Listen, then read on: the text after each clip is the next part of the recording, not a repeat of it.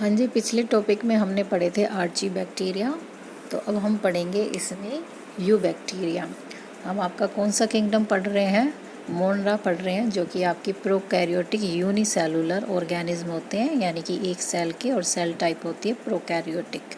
ठीक है, तो इसमें हम आर्की बैक्टीरिया पढ़ चुके हैं, जो कि बहुत ही एंसेंट बैक्टीरिया होते हैं, पुराने टाइप के, जो सबसे पहले बने थे और ओल्डेस्ट ऑर्गेनिज्म है। आज हम पढ़ेंगे इसमें यू बैक्टीरिया। तो यू बैक्टीरिया को हम ट्रू बैक्टीरिया भी बोलते हैं।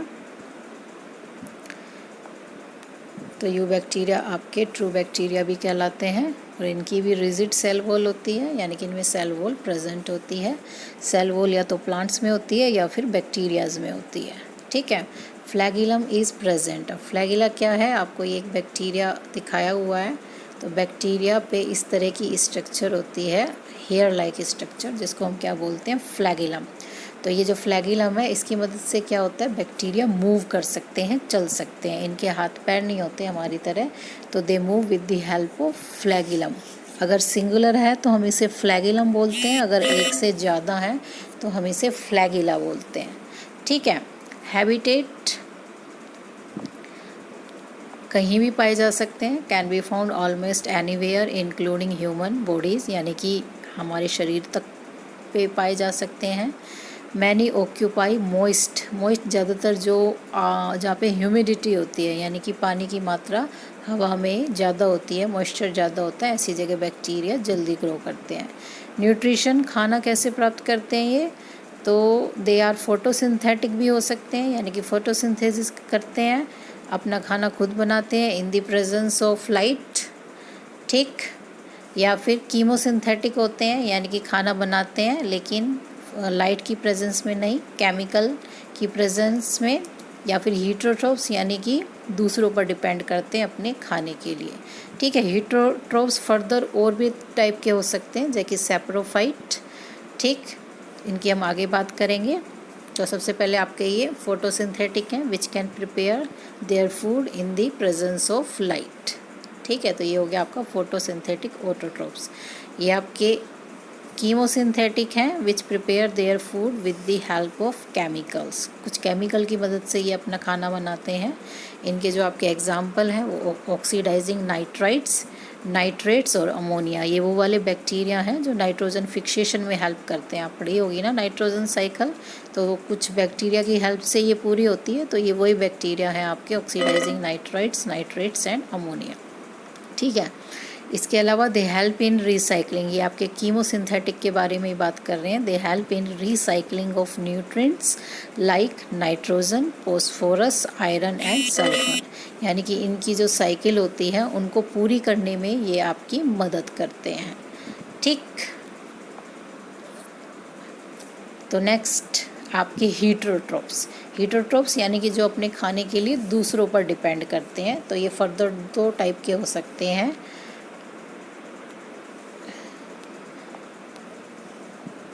सेप्रोफाइट या फिर पैरासाइट्स।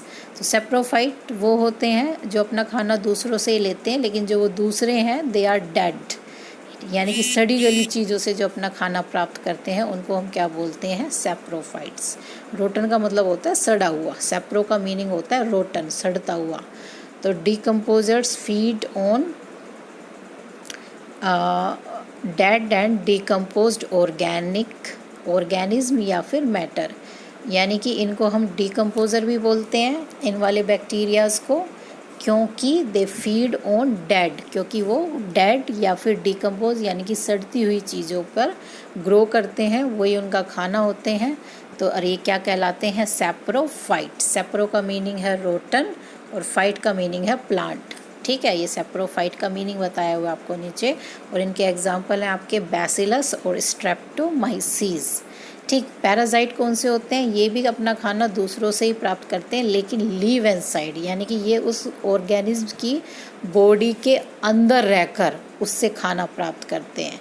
इसमें आपका एग्जाम्पल जैसे आपके पेट में सुना होगा कीड़े हो जाते हैं। कीड़े बैक्टीरिया नहीं है, मैं एग्जाम्पल के तौर पे बता रही हूँ, लेकिन वो शरीर के अंदर ही होते हैं और आपका न्यूट्रिशन ले रहे होते हैं। तो इस टाइप के जो आपके बैक्टीरिया हैं वो क्या कहलाएंगे? पैरासाइट, यानी कि बॉडी के अंदर रहकर उसी का न्यूट्रिशन लेना। ठीक है, तो नेक्स्ट इसकी क्लास है आपकी साइनोबैक्टीरिया। आर्कीबैक्टीरिया हो चुका है, यूबैक्टीरिया हम पढ़ चुके हैं। तीसरा है आपका साइनोबैक्टीरिया।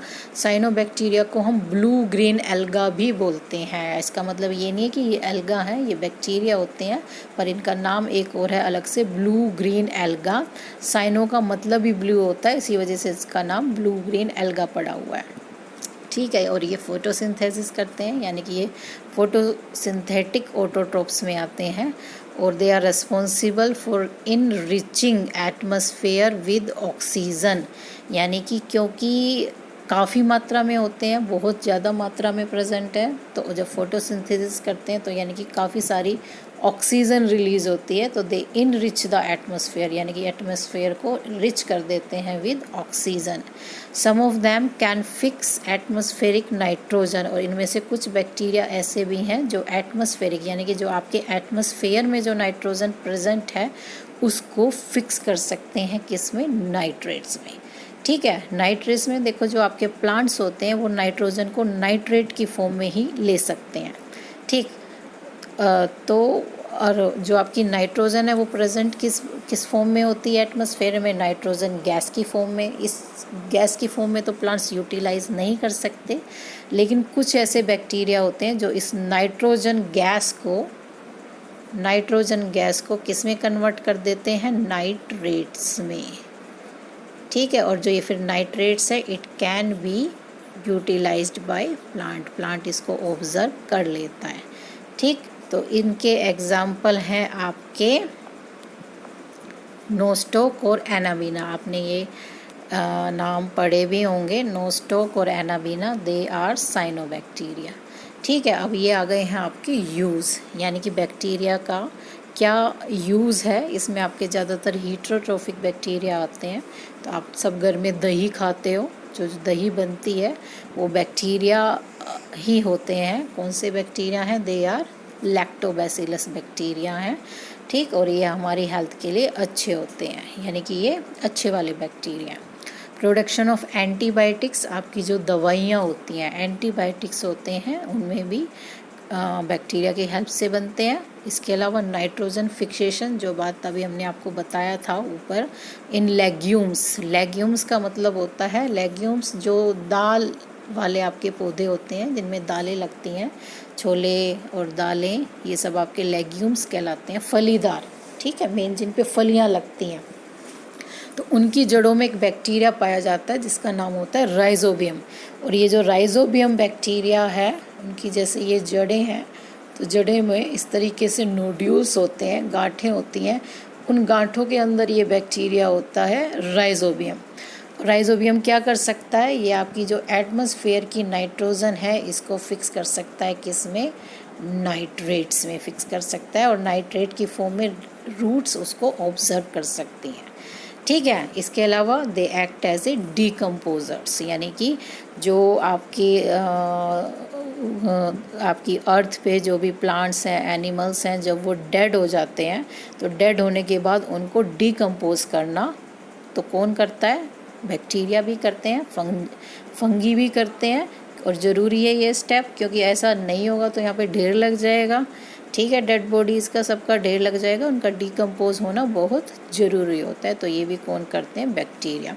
इसके अलावा एक टर्म और है यहाँ पे, पैथोजेंस। पैथोजेंस हम किसे बोलते हैं, ये टर्म केवल डिजीज़ कोजिंग उन बैक्टीरिया के लिए यूज़ होती हैं जो क्या करते हैं, बीमारी फैलाते हैं, उनको हम बोलते हैं पैथोजेंस।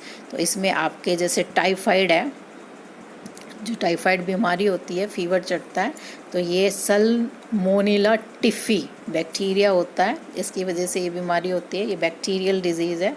इसी तरीके से जो कोलरा हैजा होता है आपका, ये विब्रियो कोलरा, इस बैक्टीरिया की वजह से ये डिजीज़ होती है। तो इस तरह के बैक्टीरिया जो केवल और केवल बीमारी फैलाते हैं उनको हम क्या बोलते हैं, पैथोजेंस बोलते हैं। तो इसी के साथ आज का ये आपका टॉपिक ख़त्म होता है और आपका जहाँ तक है किंगडम मोनरा वो भी समाप्त होता है। ठीक है, नेक्स्ट में हम